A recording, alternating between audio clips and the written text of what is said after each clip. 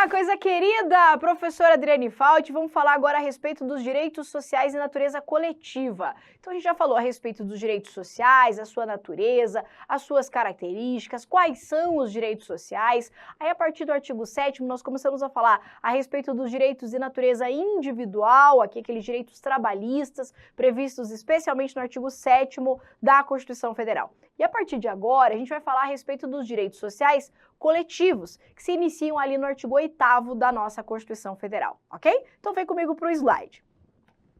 Os direitos sociais coletivos, aqui, direitos de natureza trabalhista, eles se dividem em 5 grupos. Eu tenho o direito de associação profissional ou sindical, que é o direito à liberdade de sindicalização, o direito de greve, previsto também no artigo 9º, o direito de substituição processual, o direito de participação e o direito de representação classista. Vamos ver cada um deles agora. Olha só, olha o que diz o artigo 8º da Constituição. É livre a associação profissional ou sindical, observado o seguinte. Veja que nesse caso aqui, ó, a Constituição Federal estabelece a liberdade de se organizar sindicatos. Então, você fala assim, eu posso criar um sindicato? Pode, a Constituição garante aqui que você pode criar sindicatos. Só que ela mesma vai estabelecer alguns requisitos para o exercício dessa liberdade. Então, vamos lá. Quais são esses requisitos? Primeiro, a lei não poderá exigir autorização do Estado para a fundação de sindicato, ressalvado o registro no órgão competente, vedados ao poder público a interferência e intervenção na organização sindical. Já vou explicar. Inciso 2º, é vedada a criação de mais de uma organização sindical em qualquer grau, representativa de categoria profissional econômica, na mesma base territorial, que será definida pelos trabalhadores ou empregadores interessados, não podendo ser inferior à área de um município. Muito bem aqui. Então veja que a Constituição assegura a liberdade sindical, mas ela traz algumas regrinhas de como essa liberdade deve ser realizada. E para a gente fixar isso, a gente precisa fazer isso em formatinho de esquema. Então vamos lá. O que a Constituição nos diz a respeito da liberdade sindical? Ela vai me dizer primeiro que a lei não pode, por assim, ó, a lei não pode, e o que a lei pode? A lei não pode exigir autorização do Estado para a criação de sindicatos, mas ela pode exigir o registro no órgão competente. Esse registro no órgão competente, atualmente, é o Ministério do Trabalho. Então, atualmente, o órgão competente aqui, ó, para o registro dos sindicatos é o Ministério do Trabalho. E o que a Constituição me diz aqui? Ela fala assim, ó, então pode criar sindicatos e não precisa pedir autorização. Por isso que é uma liberdade de associação profissional, a liberdade sindical. Mas é possível que a lei exija um registro. Esse registro ele serve como um controle estatal a respeito da criação dos sindicatos para se garantir um princípio, que é o princípio da unicidade sindical. Então, repetindo, essa exigência de registro perante um órgão competente, que hoje é o Ministério do Trabalho, serve para se assegurar um princípio, que é o princípio da unicidade sindical. Vamos anotar então. Esse princípio da unicidade sindical, ele vai me dizer o seguinte. Ele vai dizer assim, ó. É vedada. Vedada é proibida. É vedada a interferência ou ainda a intervenção do poder público na organização sindical, então reforçando a ideia de liberdade, e é ainda vedado, proibido, a criação, e aqui o princípio da unicidade, de mais de um sindicato. Da mesma categoria profissional econômica, na mesma base territorial. E ainda ela reforça isso, dizendo, olha, essa base territorial, que é o local de atuação dos sindicatos, ela deve ser, vou por aqui, definida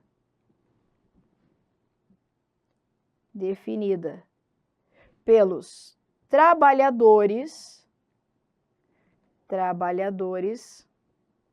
ou pelos empregadores, porque eu posso ter sindicato patronal, sindicato de empregadores, só que ela não pode ser inferior à área de um município. Isso aqui, ó, essa vedação é o princípio da unicidade sindical. Então imagine assim, imagine que a gente quer criar um sindicato, beleza? Então a gente se reúne e fala assim, não, a gente precisa de um sindicato para nossa categoria. Legal, podemos criar? Podemos. Inclusive, o Estado aqui não vai precisar pedir uma autorização. A gente não tem que ir perante algum lugar e pedir, posso fazer um sindicato? Não, não se exige autorização. Só que o que eu vou ter que verificar? Se eventualmente já não existe um sindicato da mesma categoria profissional e econômica já criada na mesma base territorial do sindicato que a gente quer criar. Essa base territorial, ela vai ser o local de atuação do nosso sindicato.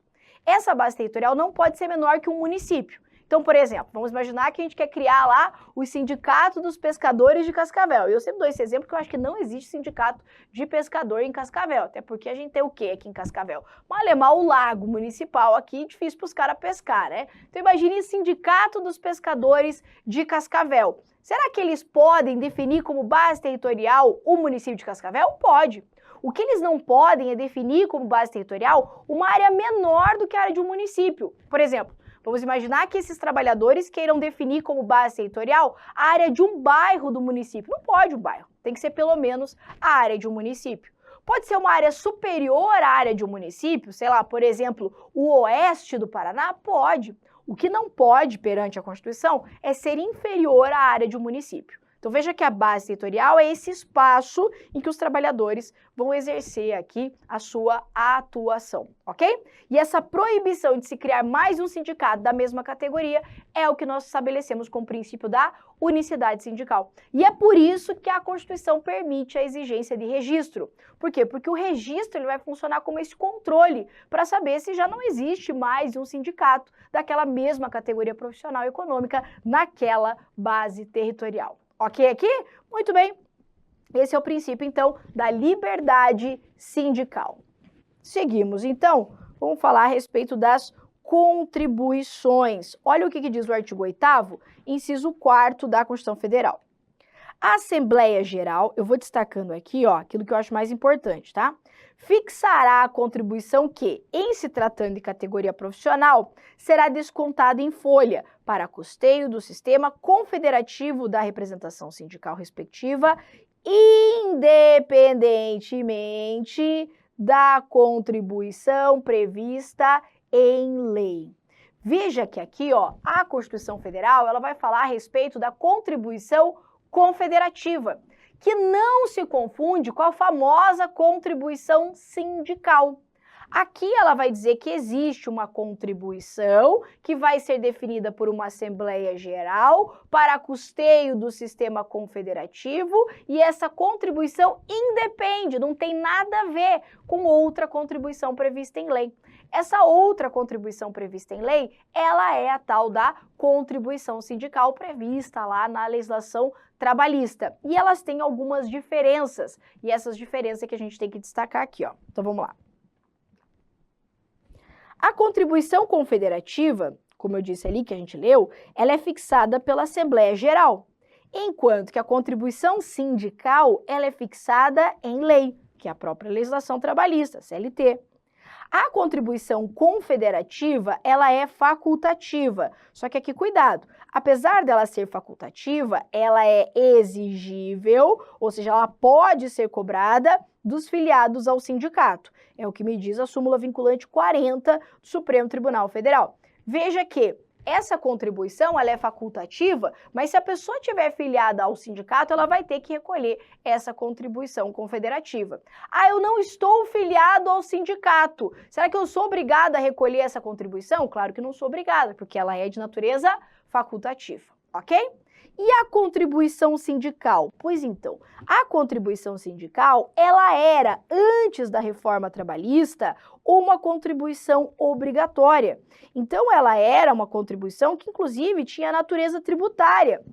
Todos os trabalhadores eram obrigados a recolher contribuição sindical. Mas desde a reforma trabalhista, essa obrigatoriedade não persiste mais. Hoje, para se recolher a contribuição sindical, o trabalhador tem que preencher alguns requisitos. Vou colocar aqui para você, ó. Então veja que eu posso afirmar que a contribuição sindical passou a ser facultativa. Isso porque eu só vou recolher contribuição sindical do trabalhador se ele tiver autorizado de forma prévia e expressa esse recolhimento. Então veja que antes não tinha esse paranauê de ter que autorizar não. Ah, é trabalhador? Tem que recolher contribuição sindical. Com a reforma trabalhista, essa obrigatoriedade não existe. Então, eu quero contribuir, eu quero recolher a contribuição sindical. Então, pera lá, então vem aqui, autoriza expressamente, faz uma autorização prévia para que esse recolhimento possa ocorrer posteriormente, ok? Então, a única coisa que eu acho que a banca, de repente, pode apelar aqui é falar que a contribuição sindical, ela é algo obrigatório para todos os trabalhadores e não é mais desde a reforma, ok? Muito bem. Aprofundamentos quanto à natureza dessas atribuições, certamente você vai ver lá na parte de direito do trabalho, caso tenha isso aí no seu edital. Liberdade de associação sindical. Ninguém, quando eu digo ninguém, é ninguém. Professor, ninguém salvo. Não, ninguém. Ninguém do mundo do ninguém. Ninguém mesmo, ninguém. Grava isso. Será obrigado a filiar-se ou a manter-se filiado a sindicato. E na prova vem umas frases sedutoras que você quer mudar essa regra constitucional. Meu amor, ninguém é obrigado a estar filiado ou ficar filiado a sindicato. A pessoa se filia se ela quiser, se ela sentir vontade de participar desse tipo de associação. Se ela não quiser, ela não é obrigada. Inclusive, se ela quiser se retirar do sindicato a hora que ela quiser, ela é livre para isso, porque se trata, repito, de uma liberdade, ok? Artigo 8º, inciso 6º, vai dizer o seguinte, que é obrigatória a participação dos sindicatos nas negociações coletivas de trabalho. Aqui com a titia.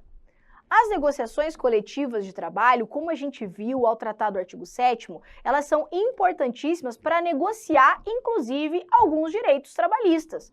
É ou não é? Quando a gente falou, por exemplo, a respeito do salário, a gente viu que a regra é a irredutibilidade salarial, salvo acordo ou convenção coletiva de trabalho. Veja que a convenção ou acordo coletivo, ela tem uma importância fundamental aqui. Por quê? Porque ela relativiza direitos trabalhistas. A jornada de trabalho tem as horas definidas na Constituição, mas é possível a compensação ou redução da jornada mediante o quê? Acordo ou convenção coletiva. Por isso que a Constituição estabeleceu como obrigatória a participação dos sindicatos nessas negociações, para permitir o quê? Permitir ao trabalhador uma maior representatividade nessa negociação. Porque vamos combinar, se chega lá, né, o chefe fala assim, então vamos negociar aqui esse seu direito? Moço, você tem liberdade para negociar com o chefe? Para com isso. Não sei que seja um chefe muito bonzinho. Mas na maioria da história, o chefe vai falar assim, ó, é isso que vai virar agora e é desse jeito e pronto, acabou e aceita aí. É ou não é? Vai falar assim, mas eu não quero. Então tá bom, então tchau pra você. E perde o emprego. Então por isso que a liberdade do trabalhador negocial, ela é bem pequena, bem limitada. Para isso que a Constituição cria aqui essa figura, então, dos sindicatos, que eles vão ter, então, uma participação nessa negociação. Porque daí o sindicato tá lá para defender o quê? O seu interesse. E só a partir do momento em que há essa negociação com o sindicato, é que o direito pode ser relativizado. Você entendeu? Então, por isso que a Constituição torna como obrigatória a participação dos sindicatos nessas negociações coletivas de trabalho. Por isso, grave essa ideia aqui da obrigatoriedade. Então, veja que aqui ninguém é obrigado a se filiar, mas os sindicatos são obrigados a participar das negociações coletivas de trabalho. A respeito do aposentado, meu amor, isso aqui não cai. Isso aqui sempre cai. Não é pouco que cai, não. O aposentado filiado tem direito a votar e ser votado nas organizações sindicais. Mas eu tô vendo a questão da prova. Vai estar dizendo assim, o aposentado filiado tem direito a votar, mas não poderá ser votado nas organizações sindicais. Pensa com a tia, o aposentado, ele tá lá fazendo o quê? Nada. Nada. Tá lá aposentado. Então deixa ele fazer o quê? Deixa ele se divertir um pouco. Deixa ele participar aí, né, de um sindicato, organizar um piquete, fazer uma manifestação aí, por isso ele pode votar e ainda pode se candidatar dentro das organizações sindicais. Não deixa o aposentado de fora, não. Estabilidade sindical. Vai dizer assim a conste, ó. É vedada, proibida, a dispensa do empregado sindicalizado a partir do registro da candidatura. Mas grife isso aqui com vontade. Registro da candidatura a cargo de direção ou representação sindical. E, se eleito, ainda que suplente, até 1 ano após o final do mandato, salvo se cometer falta grave nos termos da lei. Essa regrinha constitucional, ela prevê, então, a ideia de estabilidade para aqueles indivíduos que queiram concorrer a cargo de direção ou representação sindical. Veja que essa estabilidade, ela serve para proteger de eventuais perseguições. Sim ou não? Quer ver? Quando você fala assim, ó, o cara dono da empresa, né? Ah, aquele cara ali vai se candidatar à direção lá do sindicato.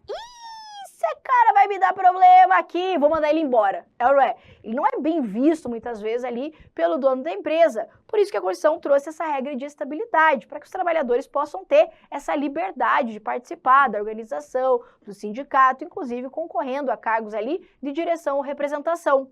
Só que daí ela traz algumas regras para isso. Primeiro, quando que começa?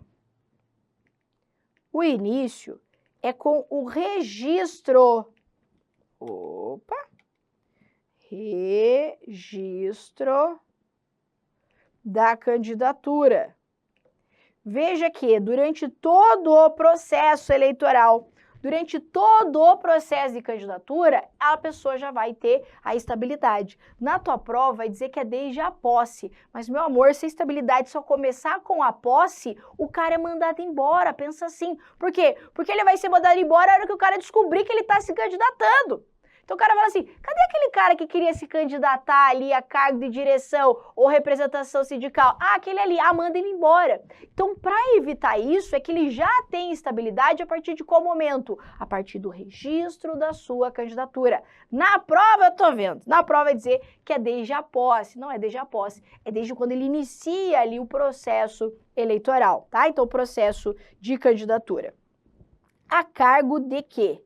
Essa estabilidade vale tanto para o cargo de direção, quanto para o cargo de representação sindical, incluindo aqui aquele que se elege na condição de suplente. Na prova vai dizer que o suplente não vai ter estabilidade. Vai sim, tá? Vai sim. Por quanto tempo dura essa estabilidade? Até 1 ano. 1 ano após o final do mandato. Para dar tempo do cara esquecer, né, que ele concorreu aqui. Após o ano do final do mandato. Só que, claro, que essa regra não é uma regra absoluta. Então o cara tem estabilidade, ele pode sair fazendo o que ele quiser dentro da empresa, tacando fogo nas coisas, né, destruindo tudo, virando no giraia lá dentro. Claro que não, a Constituição traz alguma exceção, traz uma possibilidade, então, desse trabalhador, mesmo com a estabilidade, ser demitido. Quando? Na hipótese de falta grave. Então, a exceção aqui, ó, a exceção é quando ele cometer falta grave. E daí ele poderá ser demitido ainda que esteja preenchendo esses requisitos, ok? Bem importante esse esqueminha, porque é aqui que a banca vai, exatamente nesses pontos que eu destaquei. Vamos lá? Parágrafo único. As disposições desse artigo, quais? Todas essas que a gente viu, para liberdade sindical, estabilidade sindical, a regrinha do aposentado, contribuição, tudo que a gente viu até agora se aplica para quem? Se aplicam às organizações de sindicatos rurais, então vale para os sindicatos rurais, e de colônia de pescadores, atendidas as condições que a lei estabelecer. Como que esse parágrafo cai em direito constitucional? Cai assim, ó. As disposições desse artigo, as disposições quanto à liberdade sindical, não se aplicam aos sindicatos rurais. Errado. Se aplicam aos sindicatos rurais, inclusive a colônia de pescadores aqui. Artigo 8º, inciso 3º. Ao sindicato, cabe a defesa dos direitos e interesses coletivos ou individuais da categoria, inclusive em questões judiciais ou administrativas. Esse direito aqui, ó, dado aos sindicatos, é o que nós chamamos de substituição processual. Substituição processual. Ou legitimidade extraordinária. Isso significa aqui, ó, que os sindicatos, eles vão defender interesses de terceiros em nome próprio. Então, o sindicato, ele tem o direito de mover ações, tanto de natureza judicial ou administrativa, em nome dos seus sindicalizados. Inclusive, por se tratar de substituição processual, não há necessidade de se ter autorização específica dos sindicalizados aqui para que o sindicato faça essa ação. Então, a gente pode destacar assim, ó. Cabe aos sindicatos a defesa de direitos. Direitos e interesses de que tipo? Direitos e interesses tanto individuais da categoria quanto coletivos. E eu posso complementar aqui, ó, pode aparecer assim, ó, direitos individuais homogêneos. Então, se vier assim, ó, cabe aos sindicatos a defesa de direitos individuais ou coletivos da categoria, certo? Você viu que é como está escrito ali na Constituição. Agora, se vier assim, ó, cabe ao sindicato a defesa de direitos e interesses individuais homogêneos ou coletivos, aí tá mais certo ainda, ok? Então, tanto esses dois, corretíssima questão. E ele pode fazer aqui essa defesa tanto na esfera judicial quanto extrajudicial, ou seja, na esfera administrativa. Na prova, apenas judicial, não, judicial ou administrativa. E lembrando que, como se trata de substituição processual, não haverá necessidade de autorização específica dos sindicalizados. Aqui basta, né, a filiação para que possa realizar a defesa de direitos. Beleza? Muito bem, bem simples. Artigo 9º vai falar do direito de greve. E aqui, vamos lá, direito de greve é coisa fina, né? Sempre cai em prova. Olha lá. É assegurado o direito de greve competindo aos trabalhadores, quem vai definir aqui, decidir sobre a oportunidade de exercê-lo e sobre os interesses que devam, por meio dele, defender. E daí vem lá, ó, a lei definirá. O que eu grifo aqui, gente, não é à toa. A gente não grifa assim, ai, que vontade de grifar essa palavra aqui aleatoriamente. Não, tem uma importância. A lei definirá os serviços ou atividades essenciais e disporá sobre atendimento das necessidades inadiáveis da comunidade. Parágrafo 2º, os abusos cometidos sujeitos responsáveis às penas da lei. Então, olha só. Eu tenho duas palavrinhas aqui que podem confundir você. A figura dos trabalhadores e a figura da lei. Eu vou colocar aqui, ó, no cantinho um esqueminha. Veja que a Constituição, ela falou assim, ó. Cabe aos trabalhadores. Não é ao sindicato aqui, não é a lei, é aos trabalhadores. Definir a oportunidade, os direitos, os interesses que querem defender através da greve. Então, quem define os motivos da greve? Ah, por que nós vamos parar? Ah, os trabalhadores têm que definir. Então não vai ser uma lei que vai dizer os motivos, não vai ser nem o sindicato aqui, é os próprios trabalhadores que vão definir. Então na prova tem que aparecer o quê? Os trabalhadores é quem deve decidir pela oportunidade, quais direitos e eles quais deveres, aqui os interesses que eles pretendem defender através da greve. Agora, cabe à lei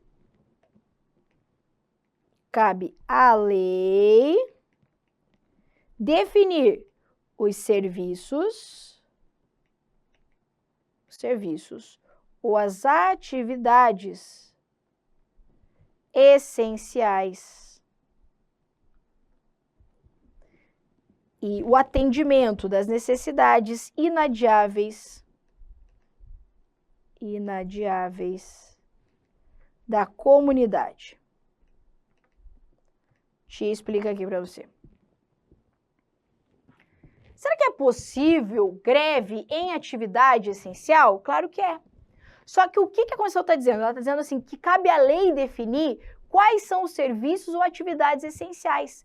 E vai dispor, inclusive, como que esses serviços vão ser realizados em situações que estejam acontecendo a greve. Por exemplo, um percentual mínimo de trabalhadores que tem que estar lá trabalhando para poder atender a uma necessidade inadiável da sociedade, da comunidade. Então veja que é possível greve em atividade essencial. A Constituição não está proibindo aqui greve em atividade essencial. O que ela está dizendo é que a lei vai dispor quais são esses serviços, quais são essas atividades e como que eles vão ser atendidos pela comunidade, mesmo no exercício do direito de greve, ok?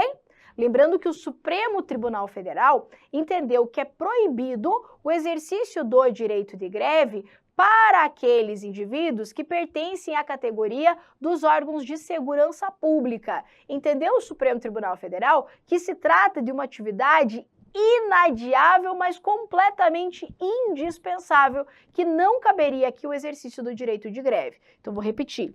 É possível greve em atividade essencial? Sim, cabendo a lei, e aqui não é os trabalhadores, não é o sindicato, é a lei que vai definir quais são essas atividades essenciais, que podem ter greve. Só que o Supremo veio e falou, mesmo que pode em atividades essenciais, para atividade de segurança pública é proibido o exercício da greve. Então, vamos completar aqui, ó. Então, lembrando que o Supremo Tribunal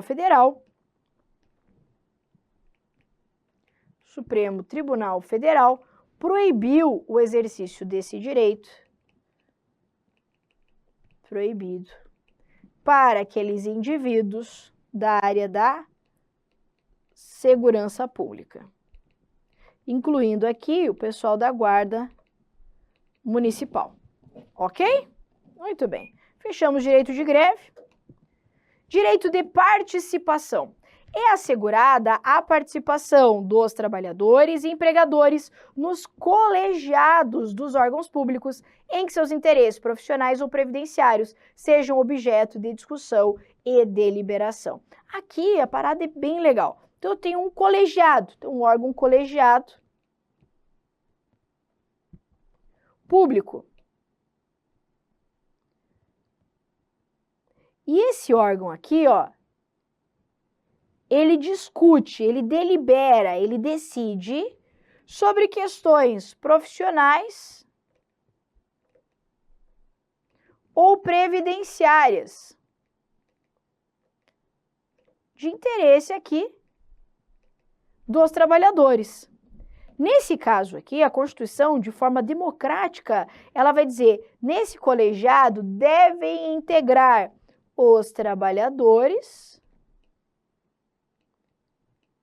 deve poder participar os trabalhadores e também os empregadores.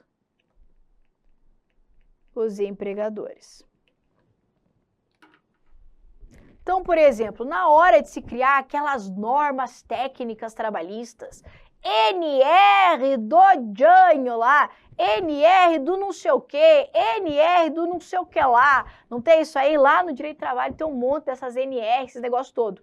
Nesse caso, ao discutir, ao deliberar sobre aquela norma técnica, é necessário, então, perante um colegiado de um órgão público, deve-se ter a participação dos trabalhadores e empregadores. Veja que eu tenho uma estrutura tríplice aqui. Eu tenho um órgão de natureza pública, que delibera, discute sobre questões trabalhistas ou previdenciárias, mas que devem participar dessa discussão, desse debate, tanto os trabalhadores quanto os empregadores. Aqui é a ideia mesmo de se trazer uma representação, uma manifestação democrática, ouvindo todos os envolvidos nesse processo. Então, o poder público, trabalhadores e também os empregadores.